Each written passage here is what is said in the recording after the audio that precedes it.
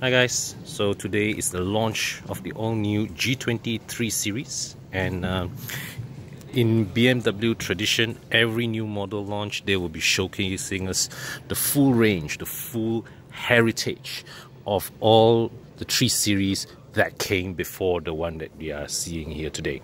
Alright, so the 3 Series traces its origins to the BMW 2002, and of course today the spirit of the BMW 2002 actually lives on, right, in the modern day 2 Series coupe.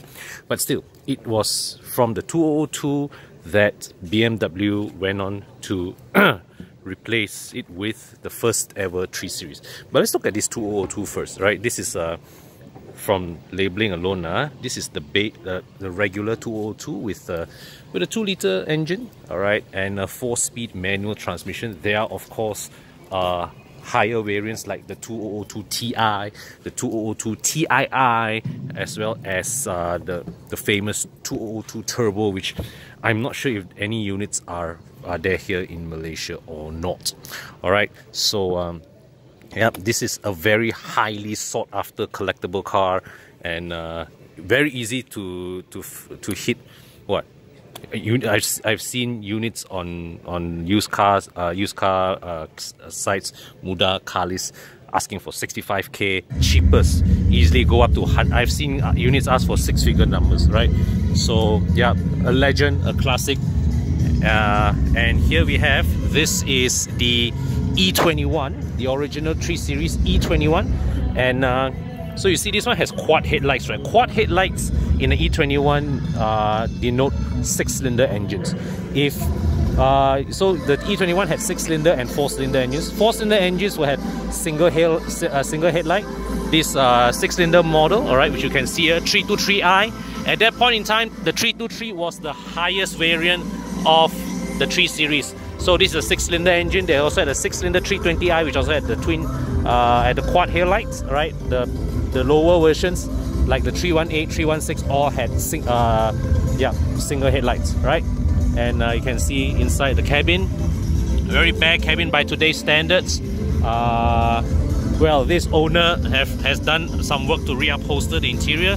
This leather here looks like a modern BMW leather, but nice condition car. Paintwork looks beautiful, right?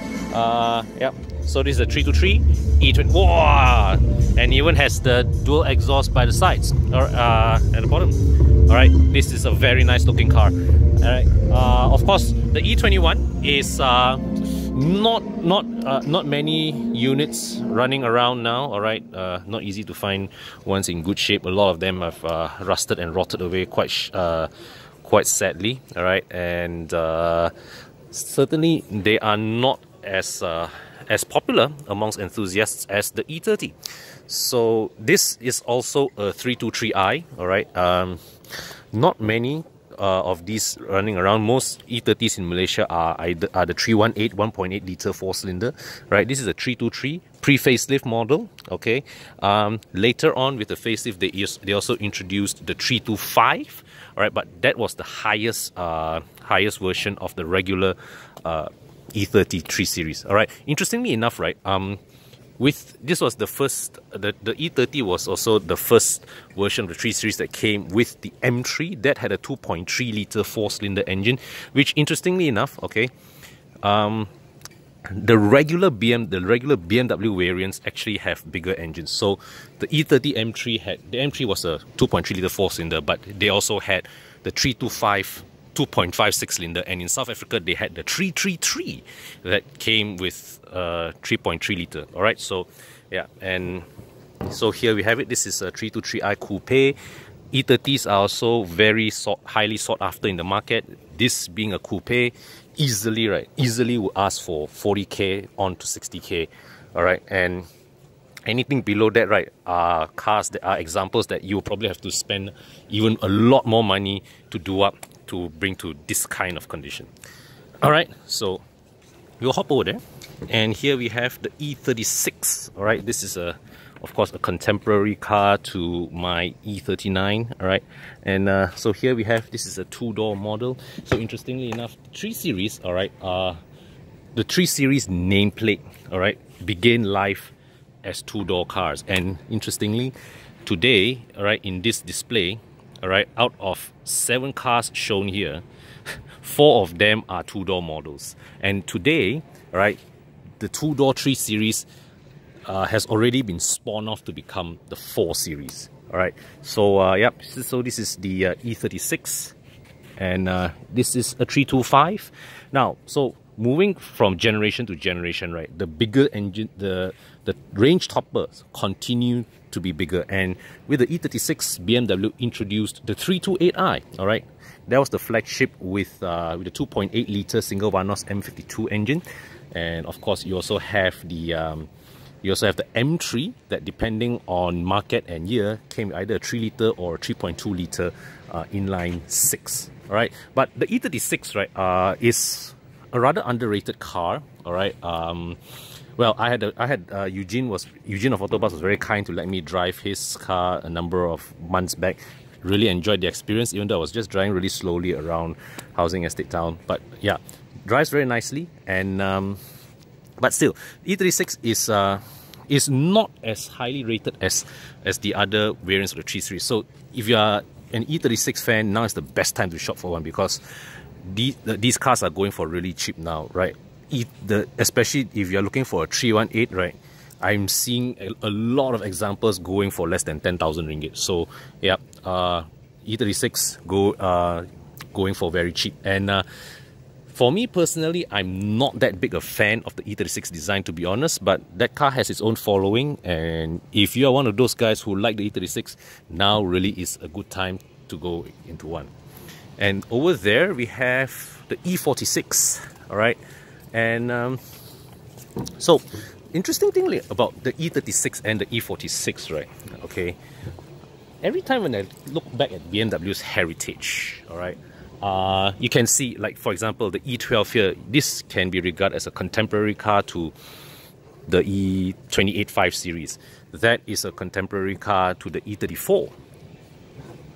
So which is the contemporary 3 Series to my E39? Really, would it be that, or would it be this? Because the E46 here also shares a lot of common parts with my E39. Most notably, it's M54 6-cylinder engines, all right, that I have in my car.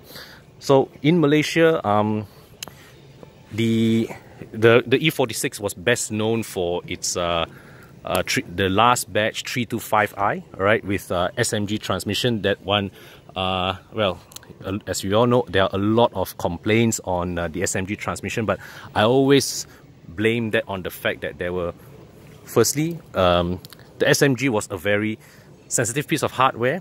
Okay, the mechatronics involved is a sensitive piece of hardware, so those cars require a special kind of maintenance and special kind of driving technique that you cannot drive them like normal automatics.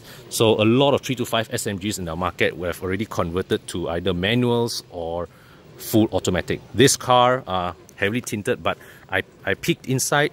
This car has a full automatic gearbox. Okay, but nicely modded, tastefully modded, with AC Schneider rims and large Brembo discs. And here we have, this is the E90. The version that you see here is the facelift model. Now with the E90, I personally have a preference for the non-M Sport version. In fact, my favorite E90 would be the 323i that has a detuned version of the 2.5 liter N52 engine that you see here. This is the 325, so this is a more highly strung, a harder edge car, right? Sportier car. But I personally prefer the 325. 325 is, sorry, the 323. 323 is more softly sprung, more comfort oriented, all right, and it's just as smooth to rev, the 2.5 liter engine. I was really toying with the idea of getting myself an E90 323 before I went to buy my E39. Even test drove one. My experience at the time driving the car, well, the engine was very, very sweet, all right? The 323 2.5, very, very sweet engine, 190 horsepower for a car this size, plenty to go for. But the only thing about the E90 is that the hydraulic steering, yeah, it's quite heavy, and some of you may not find it so keen, such a keen thing to drive, and you are, in low speeds or in tight spaces. But on highways, on trunk roads, this car is brilliant. I also have actually thinking further back, I've also driven the E90 320D M Sport. Great engine, but I'm not so big a fan of the M Sport suspension. So yeah, a bit too stiff for my liking. So with the E90, if I were to buy an E90, I would go for one with a non-M Sport suspension. My personal taste lah. But a lot of people much prefer the M Sport look. So yeah, sportier, more aggressive. And here we have, this is the latest 3 Series, the F30. The example you see here, this is the 330E. Alright, benefits from hybrid incentives in our market. I personally also prefer the F30. My favorite look of the F30 actually is the Sport line trim, the non-M Sport line trim. Alright, that's my favorite look of the F30. And so this is easily perhaps the most successful 3 Series ever. Now, in terms of sales volume, alright, the E90, the E46, both sold 3 million plus cars. The F30 here sold just about 3 million, but you see, those two cars, the 3 million figure include their coupes and convertibles. This one was just on the strength of the sedan and the touring and maybe the GT models. The coupe and convertible versions of the F30 is already spawned off to become the 4 Series, and my latest figures show that the 4 Series had about what, 600 over 1,000 cars sold. So if BMW had kept this as kept the 4 Series as a 3 Series coupe and convertible, the F30 generation would have hit 3.6, 3.7 million numbers easy. Okay, so here we have it. This is the walk around of the whole of all the BMW 3 Series models from 1st gen to the latest one. And onwards, next video we'll be showing you the all new G20.